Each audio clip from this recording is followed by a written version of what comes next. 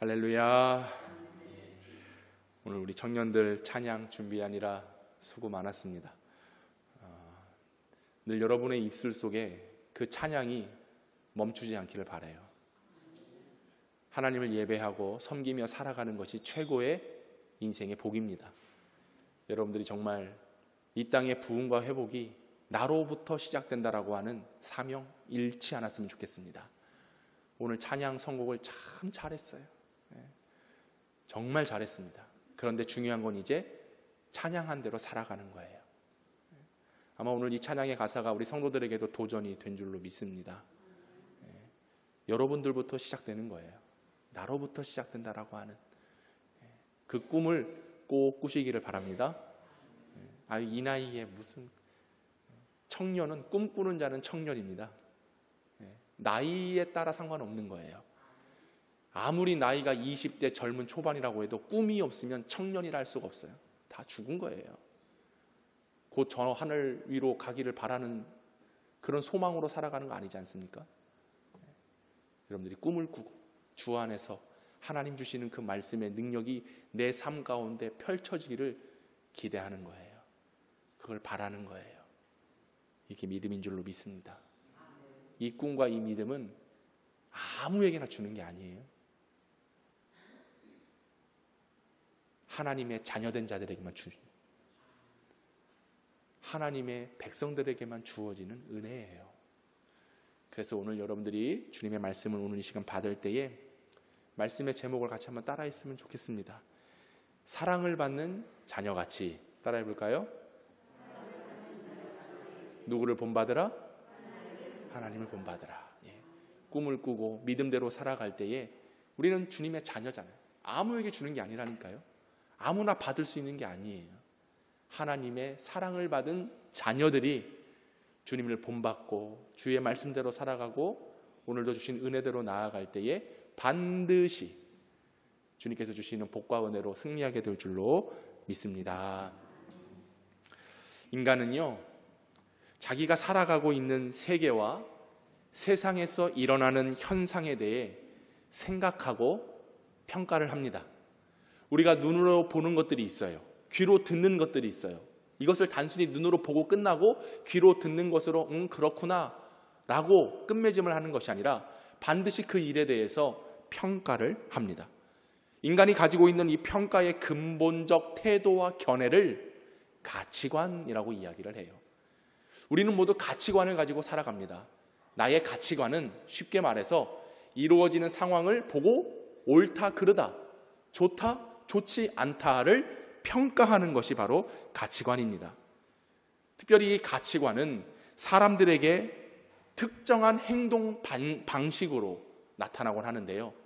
두 가지입니다. 먼저는 언어적 특정 행동, 그리고 비언어적 특정 행동으로 자신의 가치관을 드러내곤 하지요. 언어적 표현은 그렇습니다. 우리가 좋으면 좋다라고 말을 해요. 또 싫으면 싫다라고 말을 하지요. 근데 또 때로는 어떤 사람들은요, 어떤 것들을 듣거나 보았을 때에 애둘러서 또 두rum술하게 이야기하는 경우가 있습니다. 예를 들어 식당에 갔는데 뭐 먹을까? 아무거나 먹지. 메뉴판에 아무거나 하는 메뉴는 없습니다. 그런데 우리는 그냥 늘 아무거나 대충 주어지는 대로 그렇다는 것이죠. 이번 명절에 저희 어머니가 이번 명절에 뭐 해 먹지? 다들 아무거나 먹지 뭐. 근데 아무거나 먹지 해놓고서도 이거밖에 준비 안 했어? 우리 아버지가 그러시더라고. 저는 안 그렇습니다. 할렐루야.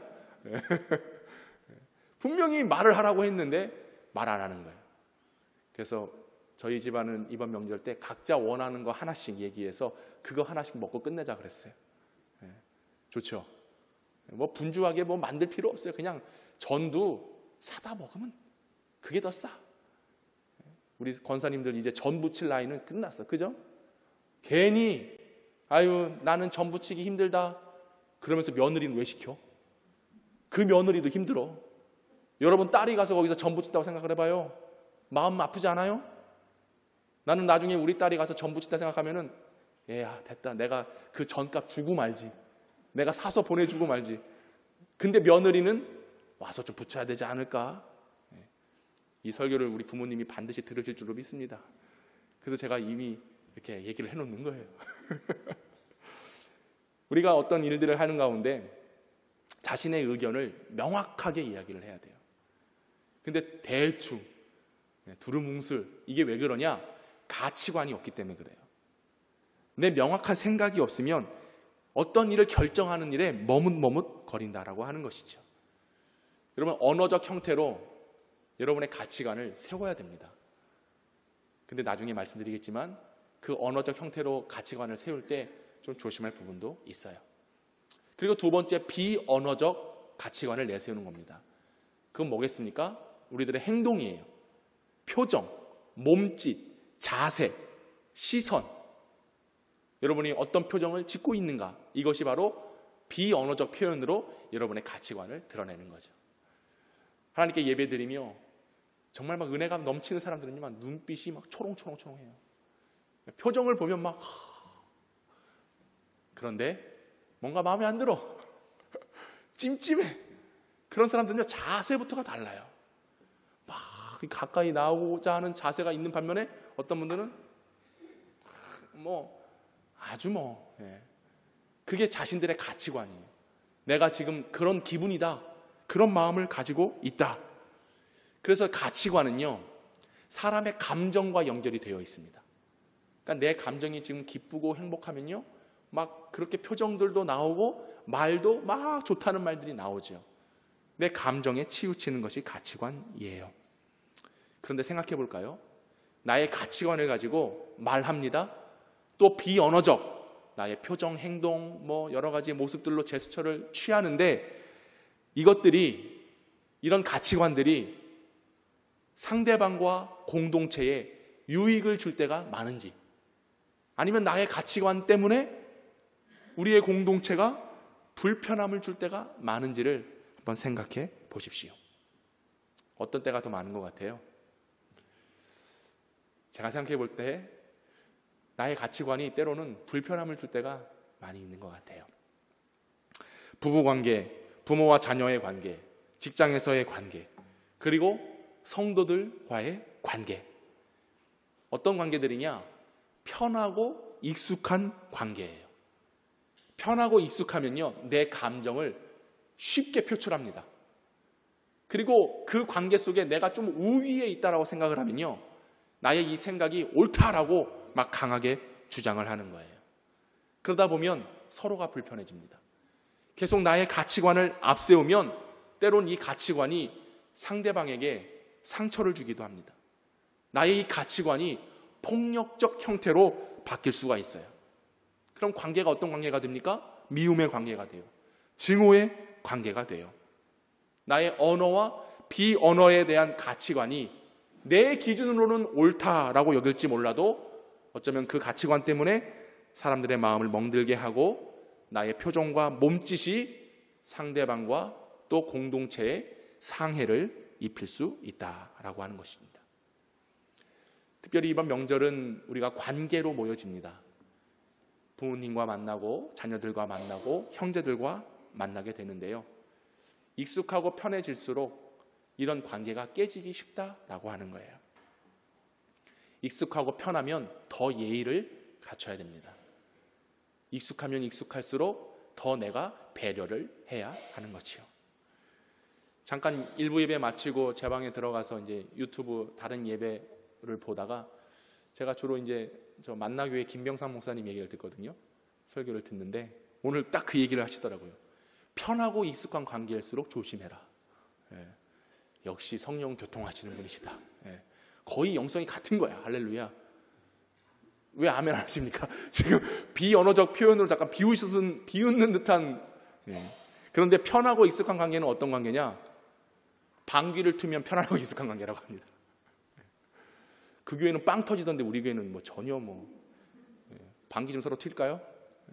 그런데 그런 관계일수록 더 우리가 조심하고 예의를 갖추고 또 배려하고 그런 마음으로 나아가야 된다라는 거예요. 그렇지 않으면 나의 이 가치관이, 나의 이 언어, 나의 비언어가 가족과 형제들과 이웃과 또 성도들 간의 관계를 흐트러뜨릴 수가 있다라고 하는 거예요. 그래서 에베소서 5장에 어떤 말씀이 있습니까? 아내들이여 남편에게 복종하라. 남편들아 아내 사랑하기를 그리스도께서 교회를 사랑하신 것 같이 사랑하라. 바로 이어서 6장에도 자녀들아 부모에게 순종하라. 아비들아 너의 자녀를 노엽게 하지 말라. 상전들아 너의 종들을 위협하지 말라. 종들아 너의 상전에게 순종하라 라고 모두 관계에 관한 말씀을 해주고 있습니다. 특별히 이 관계는 어떤 관계이냐? 우리가 가치관을 가질 때의 이 가치관은 세상적 인간적 가치관이 아니에요.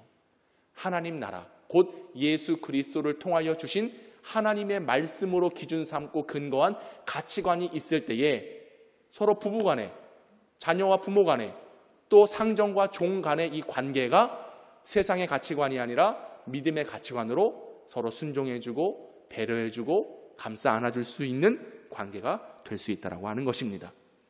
그러나 여전히 나의 가치관이 옳다라고 주장하게 되면요, 그 누구 하나 다가오는 이가 없어요. 외롭습니다. 독처하게 됩니다. 외면당합니다.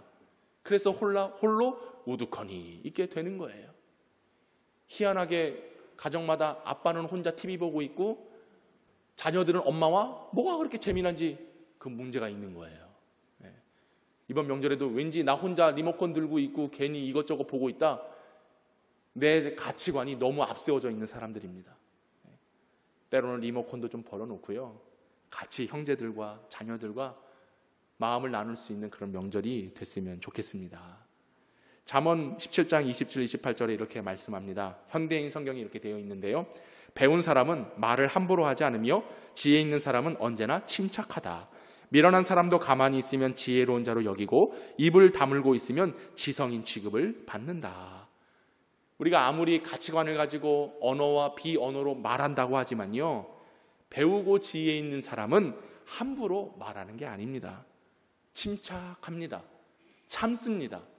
말하고 싶은 일이 있어도 생각을 한번 해보는 거예요. 요즘 라디오 광고를 보면요, 5초만이라는 광고가 제 귀에 자주 들리더라고요. 뭐냐면 차선 변경할 때 5초만 생각하라고 하는 거예요. 그냥 급하게 탁 틀지 말고, 횡단보도에서 빨간불 되어 있으면 언제 파란불 바뀌지? 파란불 바뀌고 좀 기다렸다가 출발하라고 하는 거예요. 근데 우리는 바뀌자마자 막 출발해야 되죠. 그러니까 신호를, 앞 신호를 보는 게 아니라 옆 신호를 봐. 보행자 신호가 깜빡깜빡할 때 바뀌면 출발을 하는 거예요. 왜냐하면 출발하면 뒤에서 또 빵빵거리거든요. 그래서 광고 속에 5초만 기다리라, 참아라. 근데 5초까지는 좀 너무 길고요. 저는 3초. 여러분들이 3초만 참고 오늘 말씀에 있는 것처럼 침착하게 기다리면요, 우리는 지혜로운 자가 될 수가 있는 거예요.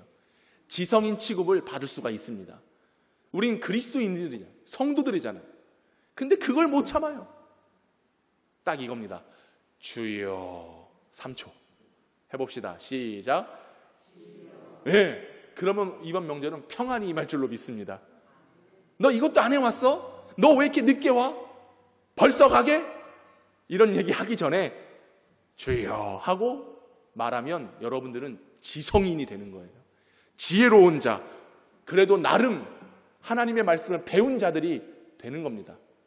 나름 배웠고 지혜 있고 지성인이라고 생각하면서도 그냥 이 속에 있는 거를 막 꺼집어내고 마는 거죠. 우리는 누구다? 그리스도인이다. 우리는 누구다? 성도다. 여러분, 그리스도인이라고 하는 게 뭡니까? 예수 그리스도를 믿고 완전히 변화된 사람입니다. 이 세상의 가치를 따르는 사람들이 아니라 하나님 나라의 말씀의 가치를 따르는 자들이 그리스도인입니다. 우리는 성도입니다. 성도라는 말이 뭡니까? 마찬가지로 예수님을 믿고 하나님의 자녀가 되어 교회라고 하는 공동체의 일원으로 부름받아 거룩하게 구별된 자들이 성도입니다. 근데 이 일이 그리스도인 성도가 교회 안에서만 나타나는 일이 아니라 여러분의 가정 안에서도, 사회 안에서도, 직장 안에서도 예수 믿고 완전히 변화되고 달라진 그런 믿음의 모습이 곧 하나님을 본받는 모습인 줄로 믿습니다. 그 모습을 여러분들이 나타내 보여야 되는 거예요. 특별히 그리스도인과 성도는 하나님께 속하여 있는 자들입니다. 그래서 하나님 안에서 살아가는 존재. 우리가 어디 안에서 살아가느냐? 주님 안에서 살아가는 존재예요. 그래서 나의 말과 행동과 마음과 생각은 하나님을 본받아 예수 그리스도의 성품을 나타내는 삶을 살아야 된다라고 하는 것이죠. 어느 목사님이 교회에 부임을 했대요. 부임을 해가지고 첫 설교를 하려고 강당에 딱 올라왔는데 쪽지 하나가 딱 적혀져 있는 거예요. 그래서 무슨 급한 광고인가 하고 딱 봤더니 이렇게 적혀 있었습니다. 목사님, 우리는 목사님을 통해 예수 그리스도를 보기를 원합니다. 우리는 새로 오신 목사님, 당신을 통해서 예수 그리스도를 보기를 원해요. 목사님 당황하셨어요. 그러면서 충격도 받았지만 일평생의 목회의 좌우명이 되셨답니다. 그래, 나를 통해서 하나님이 보여야 되겠다. 나를 통해서 그리스도가 보여야 되겠다. 여러분도 저를 통해서 하나님 보기를 원하시죠? 부담스러운데요. 근데 여러분 그것도 아셔야 돼요. 여러분이 저를 통해서 하나님 보기를 원한다고 말하셨는데 세상 사람들은 바로 저와 여러분을 보면서 하나님 보기를 원해요. 교회를 통해서 하나님을 느끼기를 원한다라고 하는 사실입니다. 오늘 아침에도 한 게시판에 글이 있어서 사실 제목이 좀 기분 나빠서, 우리 기독교를 기독교라고 사람들은 얘기하지 않습니다. 개독교라고 얘기를 해요. 또 개독교 어쩌고저쩌고 하길래 무슨 내용인가 하고 클릭을 딱 해봤더니 어떤 좋은 외제차 한 대가 딱 나왔습니다. 그 사진 속에 봤더니 주차하는 공간에 제대로 차를 주차를 해야 되는데 옆으로 약간 삐딱하게 해놓은 거예요. 이 말은 뭐냐? 내 차 좋은 차야. 내 옆에다 아무도 대지 마라. 그리고 자기 내릴 때 편하게 내리려고 그 주차된 선에 놓지 않고 삐딱하게 된 거예요. 그런데 그 좋은 외제차 안에 뭐가 하나 달려있어요. 뭐가 달려있을까? 어떻게 이렇게 잘 아셔요? 그 차 안에 십자가가 달려있는 거예요. 그러니 그걸 찍은 사람이 에이, 개독교. 믿는다고 하면서, 교회 다닌다고 하면서 믿음의 본을 보이지 않는 거예요. 그러니 사람들이 실망했으니 너희가 믿는 신이 과연 있느냐라고 묻는 것이죠. 여러분, 우리는 주님을 본받는 삶을 사는 게 필요합니다. 꼭 우리가 성경책 끼고 다니지 않고 명찰 달지 않아도 나의 모습을 통해서 그리스도인이라고 하는 사실이 드러나야 됩니다. 저의 모습이 그래야 되고요. 여러분의 모습이 그래야 되고요. 영평교회의 모습이 그래야 됩니다. 오늘 영평교회 이름이 있는 명절 예배 순서지를 가져가 놓고 실컷 예배드리고 그 이후에 나의 어떤 가치관, 나의 어떤 말 한마디 때문에 분위기가 이상해진다? 그러면 상처받아요. 시험 들어요. 뭐야? 예수 믿는다면서? 이런 말을 듣곤 하는 것이죠. 나의 가치관이 아니라 하나님 말씀에 근거한 가치관을 나타내 보일 수 있기를 바랍니다. 오늘 사도 바울은 하나님을 본받는 자가 되라 말했어요. 당시 에베소 교인들에게 하나님을 본받아라 라고 했을 때 이 말은요, 이 에베소 교인들은 쉽게 그 말을 이해할 수 있었습니다. 왜 그러냐? 당시 에베소는 수사학이 발전되었습니다. 철학이 발전되었습니다. 수사학과 철학이 발전되었다라고 하는 것은 어떤 언어를 가지고 상대방을 설득하고 또 그들에게 영향을 주는 언어 기법이 발달했다라고 하는 거예요. 그래서 이 수사학을 가지고 사람들에게 영향을 줄 때에 이 수사학에는 세 가지 기법이 있습니다. 첫째는 이론입니다. 옳은 이론을 가지고 상대방에게 말을 하는 거예요. 두 번째는 실습이라고 하는데요. 전달된 지식 정보를 삶 속에서 이루어가는 겁니다. 실습, 실행이 필요하다라고 하는 거죠. 그리고 세 번째는 뭐냐? 모방이라고 하는 거예요. 모방. 그러니까 수사학의 기본은 따라하는 데 있다라고 하는 겁니다. 여러분, 우리가 하나님의 말씀을 듣고 또 말씀을 공부하고 또 큐티도 하는데 생각해 보세요. 우리에게 그 말씀을 따라 행할 수 있는 능력이 있을까요? 없을까요? 있으세요? 없어요. 말씀 듣고 그 말씀대로 할 수 있다고요? 우리 스스로는 그 일을 할 수가 없습니다. 예수님께서 사랑하라. 과연 얼만큼 사랑하세요? 용서하라. 얼만큼 용서하세요? 예수님은 70번씩 7번 용서하라 그랬어요. 근데 과연 그 용서가 되나요? 사랑이 되나요? 근본적으로 우리는 사랑할 능력도 용서할 능력도 없는 게 확실합니다. 하지만 우리가 하나님을 본받기 위해서 에베소 교인들을 향하여 너희는 하나님을 본받으라 라고 했을 때 이 본받고 우리가 순종하고 사랑하고 용서할 수 있는 힘은 어디서 오느냐? 바로 모방입니다. 예수님께서 말씀하신 그대로 살려고 힘쓰는, 따라하는, 주님께서 보여주신 모습대로 행하고자 하는 결심을 가지고 실습하며 나아가면 그 모방을 통해 하나님을 본받고 예수님과 닮아가는 모습대로 살아갈 수 있다라고 하는 것입니다. 여러분, 모방이 필요해요. 예수님을 따라할 수 있는 모습이 필요한 것입니다. 이들은 율법을 철저히 지켰습니다. 그런데 율법을 지키면 지킬수록 인간의 연약함이 드러나는 거 아니겠습니까? 그래서 율법의 완성자로 누가 오신 거예요? 율법의 완성자이신 예수님이 오신 겁니다. 예수님을 율법의 완성이시기 때문에 그 예수님을 본받고 예수님을 모방하고 예수님을 따라하는 가운데에 율법의 완성을 이룰 수가 있음을 사도 바울은 설명하고 있는 겁니다. 나에게는 그런 능력이 없거든요. 내가 내 힘으로 내 스스로 하려고 하면 할수록 허점과 오류투성으로 인생이 그렇게 살아갈 수밖에 없어요. 그러므로 우리는 하나님을 본받기 위하여 따라하는 겁니다. 따라하는 것. 여러분, 자녀는 부모를 꼭 닮게 되어 있습니다. 희한하게.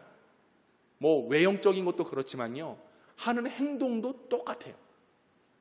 저희 아버지, 제 아들 똑같습니다.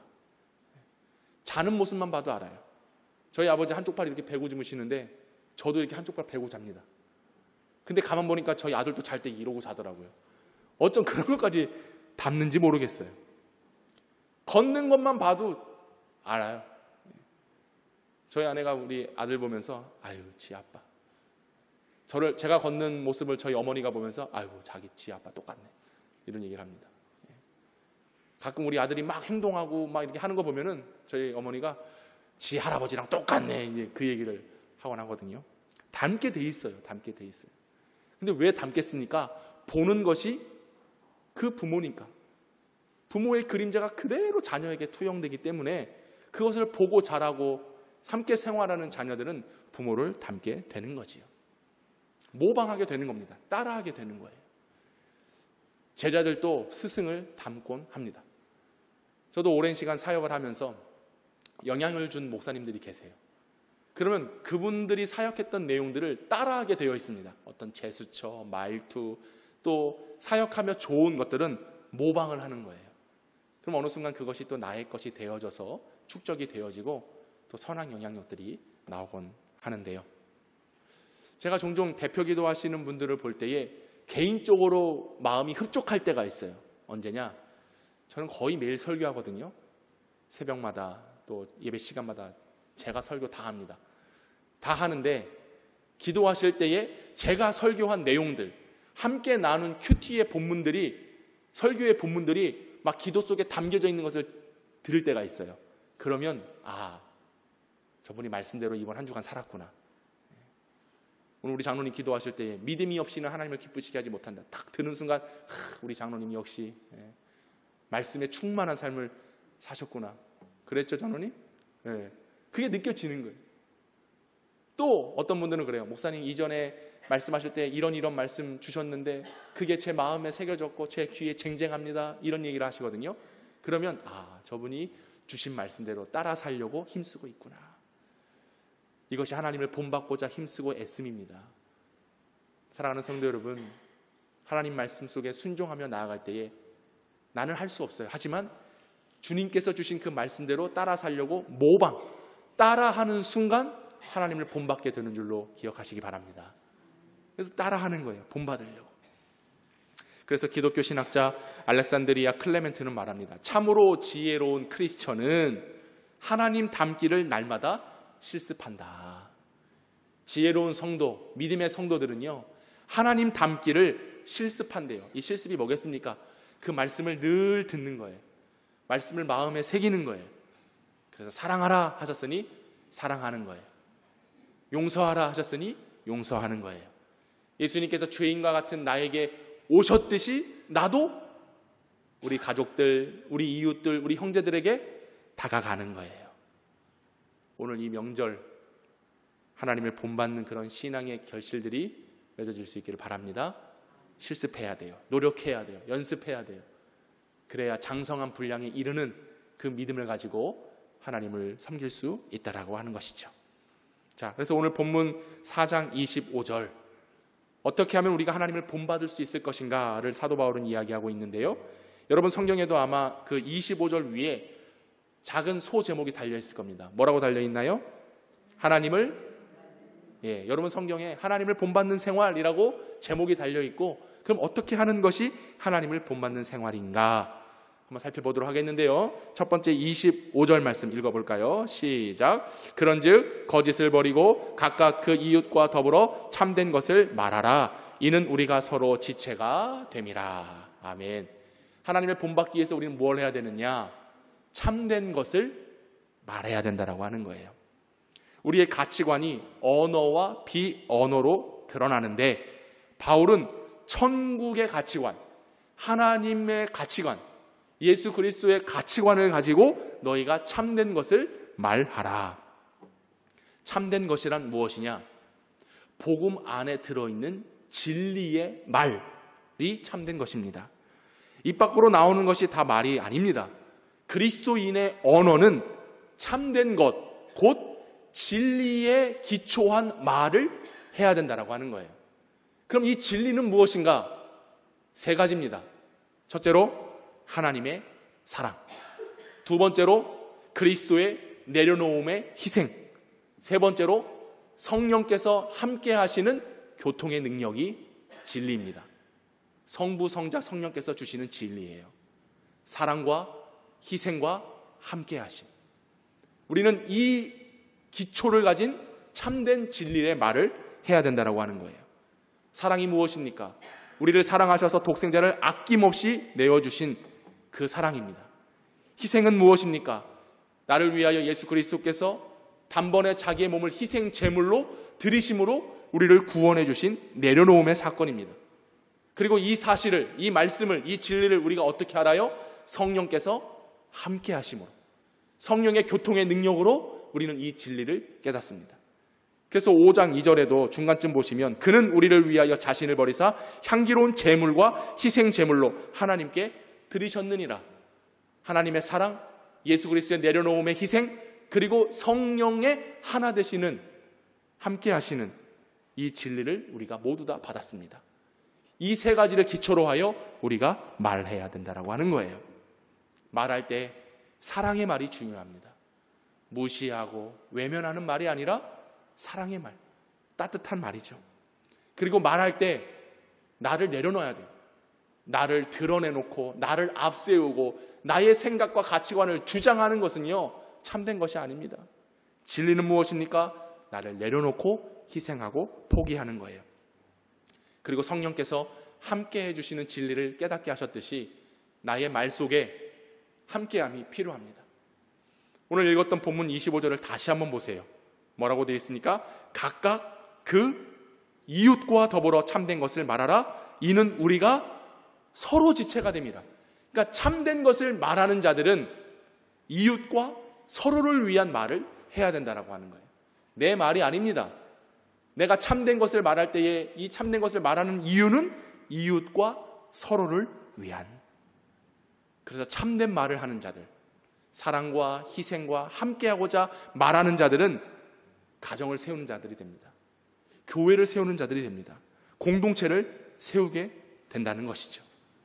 그런데 참된 말, 사랑도 없고 희생도 없고 함께하고자 하는 말이 내 안에 있지 않으면 나는 옳다고 생각하는 이 가치관으로 말을 하나 이것 때문에 교회가 나뉘어지고 파괴가 되어지고 가정들이 상처를 받고 넘어지게 된다라고 하는 거예요. 결국 나는 옳다라고 생각했지만 내가 틀린 것이죠. 그런 가정, 그런 교회, 그런 세상 속에서는 우리가 아무리 옳다라고 여겨도 누구 하나 인정해 주지 않는 거예요. 그래서 하나님을 본받는 생활을 할 때에 참된 것을 말해야 된다. 본문 29절을 보실까요? 같이 읽어봅니다. 시작. 무릇 더러운 말은 너의 입 밖에도 내지 말고 오직 덕을 세우는 데 소용되는 대로 선한 말을 하여 듣는 자들에게 은혜를 끼치게 하라. 아멘. 여러분의 교회 안에서, 이번 명절 가정 안에서 입 밖에도 더러운 말은 내지 마십시오. 덕을 세우는데, 선을 말하는데 여러분 그 입을 열 수 있기를 바랍니다. 은혜를 끼치는 말을 해야 돼요. 근데 은혜 끼치는 말을 하기보다는 그냥 내가 가지고 있는 가치관을 더 말할 때가 많이 있지요. 잘잘못 하지 마십시오. 비교하지 마십시오. 정치적인 얘기 하지 마십시오. 아무리 나라가 걱정돼도요, 여러분이 걱정한다고 될 일 하나도 없어. 잡혀갈 사람은 잡혀갈 거고요, 무죄 나올 건 무죄 나올 거예요. 여러분들이 괜히 열변을 토할 필요가 없습니다. 또 하나 부탁드리고 싶은 건 교회 얘기하지 마세요. 아니, 그리스도인이고 성도인데 교회 얘기하지 말라? 제가 참, 근데 왜 교회 얘기할 거면 좋은 얘기만 하세요? 아멘. 괜히 흠이 되고 목사 험담하고 성도들 깎아내리는 말할 거라면 하지 마세요. 입 꾹 다무세요. 그것이 오히려 은혜를 끼치는 겁니다. 아멘. 제 욕하지 말라는 거예요. 여러분의 밥상 안에 맛있는 반찬이 올라와야지 목사 씹고 교회 씹고 성도들 씹는 반찬이 올라오면 되겠습니까? 안 돼요. 그건 더러운 말이 되곤 하는 거예요. 덕을 세우는데 여러분의 입술을 사용하시기 바랍니다. 선한 말을 하십시오. 설령 그렇지 않더라도 예수 믿으니까 참 좋더라, 교회 나오니 참 좋더라, 우리 교회는 좋은 교회더라, 나는 좋은 사람이다, 이걸 나타내. 여러분, 내가 교회 욕하는 순간 그거 내 얼굴에 침 뱉는 거잖아요. 그렇잖아요. 참된 말을 진리 안에서 할 수 있기를 바랍니다. 자, 두 번째로 26절인데요 읽어볼까요? 시작. 분을 내어도 죄를 짓지 말며 해가 지나도록 분을 품지 말라. 31절도 이렇게 되어 있습니다. 너희는 모든 악독과 노함과 분냄과 떠드는 것과 비방하는 것을 모든 악의와 함께 버리라. 자, 무슨 말이겠습니까? 분을 내지 말라는 거예요. 화내지 말라는 거예요. 짜증내지 말라는 거예요. 하나님을 본받는 자들은 분을 내지 않습니다. 이번 명절에 화내지 마세요. 그냥 웃는 얼굴로. 오늘 좀 이상한데 한번 웃어봅시다. 할렐루야, 샬롬. 그래, 이 모습 유지해서 그대로 나가는 거예요. 이제 할렐루야 이러고 가서 명절 올 때까지 이러고 있다가 반 미쳐야 돼. 그리고 남편이 들으면 할렐루야, 여보 왜 이렇게 늦었어요? 빨리 씻고 밥 먹어요. 그러지 말고 할렐루야. 할렐루야. 분을 품지 말라. 제가 어떤 자료들을 찾아보니까 삼성 서울병원에서 실제로 이걸 가지고 테스트를 한대요. 한번 띄워주시겠어요? 뭐냐면 분노장애 테스트입니다. 읽어봅시다. 다 주머니에 손 넣어요. 괜히 또 세보다가 걸려. 그러니까 빨리 주머니에 손 넣고 한번 해봅시다. 성격이 급해 쉽게 흥분하며 화를 낸다. 남의 잘못은 그냥 넘기지 못한다.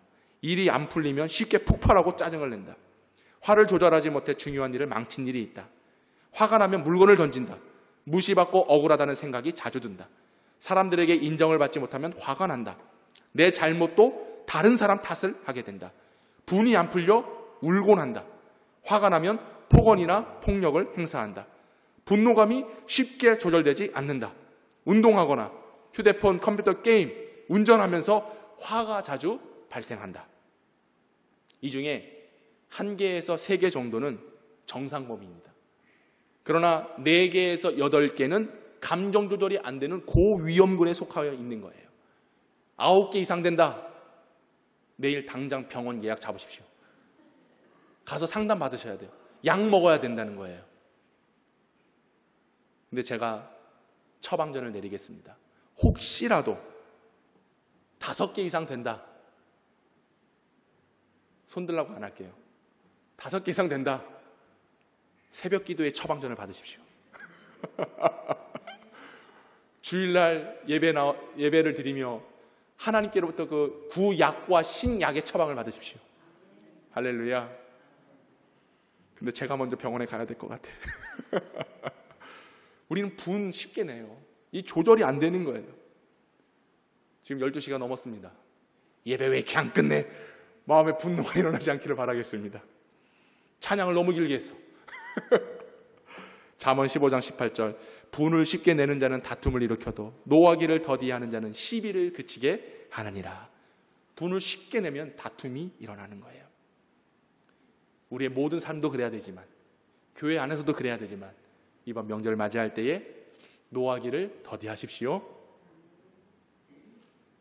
자, 마지막 28절을 읽겠습니다.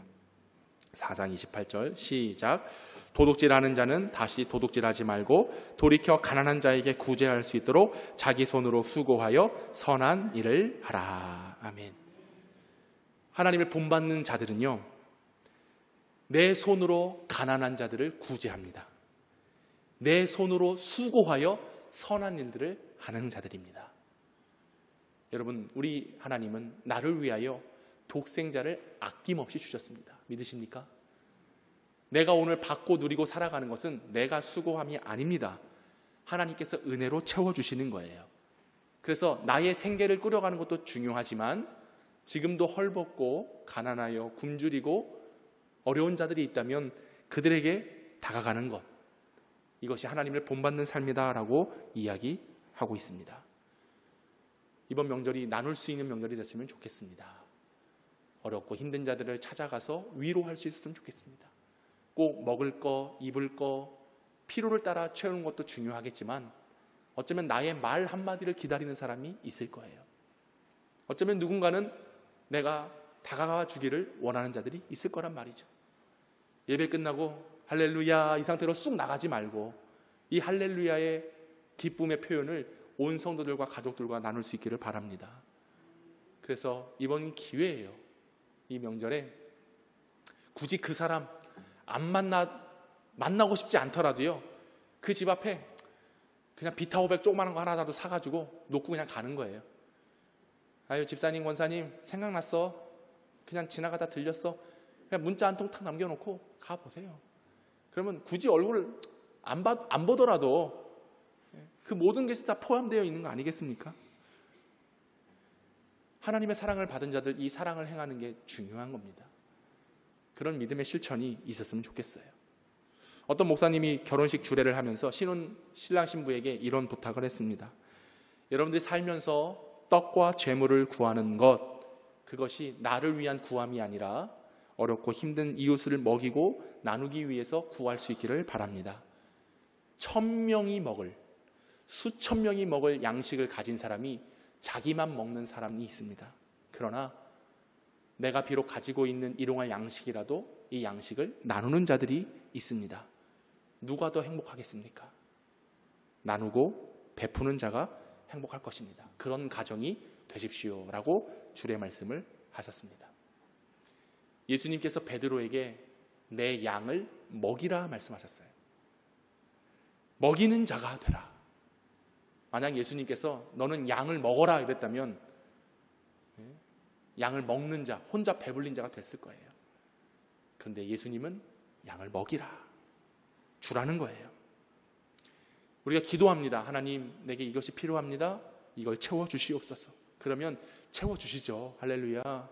좋은 것을 주시는 나의 아버지 하나님이십니다. 그럼 좋은 것을 주실 때에 나 혼자 먹으라고 주시는 게 아니에요. 네가 받았으면 너도 그것을 베풀어라. 그런 의미가 담겨져 있는 것입니다.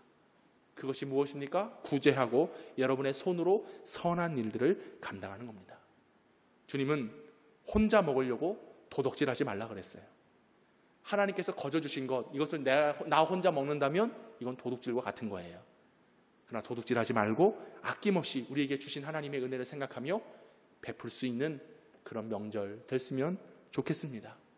그것이 하나님을 본받는 자의 모습이에요. 특별히 우리 교회는 글쎄요, 제가 처음에 부임해서 명절 맞이해서 구제할 사람들이 있나 점검을 해보니까 구제 대상이 특별히 없더라고요.